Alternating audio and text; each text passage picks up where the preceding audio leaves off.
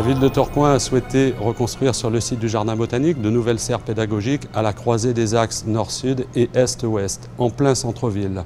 Des difficultés sur ce projet, notamment concilier une architecture nouvelle avec une architecture ancienne, donc due à la conservation sur le site de 7 façades d'anciennes maisons. Donc il a fallu déconstruire ces anciennes maisons et recomposer un nouvel équipement derrière ces façades. Dans le cadre du projet, nous avons conservé les façades existantes en utilisant un maintien provisoire. Nous avons réalisé ensuite des serres qui se sont adossées sur une charpente métallique qui reprenait la totalité des efforts de façade. Notre choix s'est porté sur un seul et même sous-traitant au niveau des serres, ce qui nous a permis d'être plus souple au niveau des décisions et des modifications de la maîtrise d'ouvrage.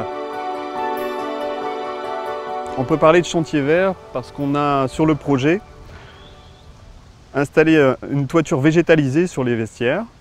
On a aussi installé des panneaux solaires qui alimentent une douche, des citernes de récupération d'eau de pluie, 2 fois 20 000 litres. On a pu également insérer dans le projet une chaudière à basse consommation et à condensation qui limite les gaz à effet de serre.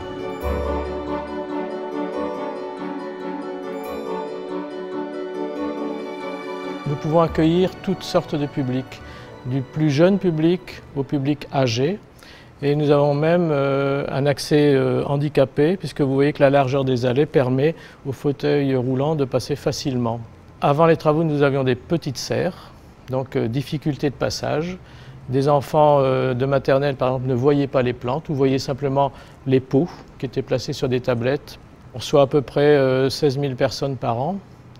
Ici, les gens se sentent dans un univers végétal, intégrés dedans.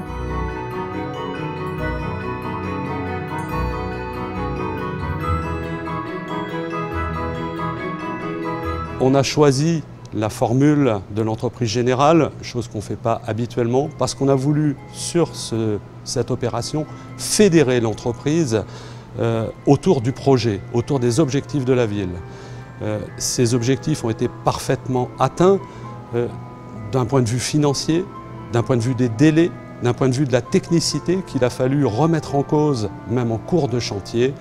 Et j'avoue que c'est une opération réussie, totalement réussie, dont la ville est fière du résultat.